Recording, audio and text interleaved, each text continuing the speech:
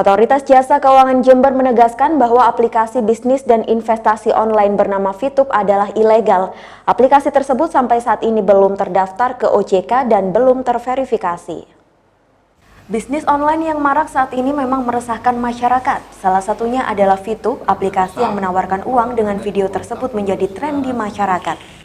Kepala OJK Jember Azil Syahnurdin mengatakan bahwa Fitup merupakan bisnis online yang ilegal dan tidak menjamin konsumen bisa mendapatkan uang yang seperti ditawarkan.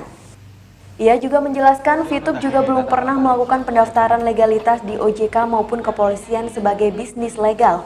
Oleh sebab itu, ia menghimbau kepada masyarakat tidak mudah terpengaruh karena viralnya Fitup di YouTube maupun media sosial lainnya. Sebenarnya tanggal 3 Juli tahun lalu, tahun 2020, OJK kan sudah mengeluarkan siaran pers ya, yang menyatakan bahwa Fitup itu termasuk salah satu entitas yang dihentikan aktivitasnya oleh Satgas Waspada Investasi. Nah, OJK kan salah satu anggota Satgas. Kenapa dihentikan? Karena memang Fitup ini belum mendapatkan izin dari otoritas yang berwenang, sehingga aktivitasnya dianggap ilegal. Dari Jember, DKAJ Jember 1 TV melaporkan. Setiap kali gue mau nawarin Fitup, selalu ditanya, Fitup diawasin oleh OJK nggak? Kalau nggak diawasin OJK, gue nggak mau gabung, takut ditipu. Langsung gue tanya balik, emang lu mau investasi berapa miliar di Fitup sampai minta diawasin OJK segala? Hai bro, Fitup itu bukan bisnis keuangan yang harus diawasi oleh OJK. Yang mengawasi Fitup adalah Kominfo. Ingat ya, masih ingat nggak? Ada nasabah yang kehilangan 20 miliar. Padahal sudah diawasi oleh OJK loh. Lu di Fitup nggak modal apa-apa aja, ribut soal OJK. Berikutnya, Bapak Ibu sekalian, pada kesempatan kali ini saya akan membahas lebih detail dan khusus untuk terkait dengan pertanyaan-pertanyaan yang sering dari Bapak Ibu Fituber sekalian menanyakan terkait dengan legalitas kami, legalitas Fitup dan juga terkait dengan OJK ya. Bapak Ibu, ada 3 poin yang mau saya sampaikan pada kesempatan kali ini. Yang pertama adalah kalau kita bicara rilis OJK, sering kadang-kadang disampaikan bahwa Fitup tidak diperkenankan atau izinnya bermasalah ya. Rilis itu adalah rilis terakhir, sebelumnya adalah di bulan Juli Bapak Ibu. Kalau Bapak Ibu bisa lihat lagi di bulan September dan Oktober, maka rilis terakhir dari OJK menyatakan bahwa Fitup bukan suatu bukan suatu perusahaan yang bermasalah ya. Itu yang pertama. Yang kedua, terkait dengan izin OJK, Fitup sebenarnya secara langsung tidak berkait dengan OJK. Kenapa? Karena dalam Fitup kami memang benar-benar adalah perusahaan big data, bukan fintech atau financial technology.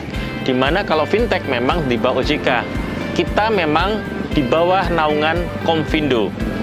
Di mana di Komfindo ini Bapak Ibu sekalian bisa melihat bahwasanya kita lagi bikin proses selanjutnya karena kita akan masuk di fase kedua Bapak Ibu. Fase kedua adalah fase e-commerce, di mana beda dengan fase pertama yang cuman hanya menonton iklan. Maka dari itu kami diminta melengkapi lagi. Ada izin yang diminta tambahan dari Komfindo untuk bisa kami lengkapin, dan Bapak Ibu tinggal menunggu waktunya. Saat kita e-commerce sudah keluar, maka di saat itulah kita izin sudah lengkap sesuai dengan permintaan Komfindo. Dan yang poin ketiga, kalau kita dibilang ilegal Bapak Ibu, pemerintah tetap memonitor. Kita sekarang member, Bapak Ibu tahu berapa sudah? Kita ada 8 juta member, bahkan hampir 9 juta. Otomatis dari pemerintah, kalau apabila kita memang ilegal, pasti kita akan dari awal kita di stop, tidak boleh beroperasional. Tetapi hingga saat ini, hingga hari ini, kita masih diperbolehkan untuk beroperasi. Artinya, Fitup itu bukan ilegal.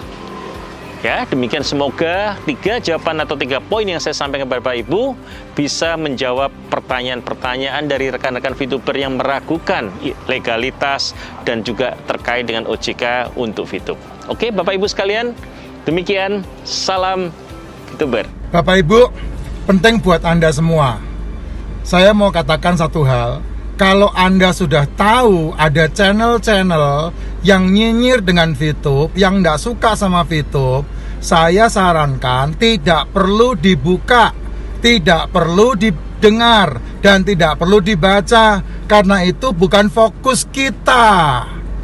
Perhatikan ini, saya berkali-kali disuruh mereview. Maaf, itu bukan pekerjaan saya, dan saya tidak akan mereview. Karena itu bukan tujuan saya. Tujuan saya adalah mengembangkan VTube dan mencapai $1.500 per hari saya.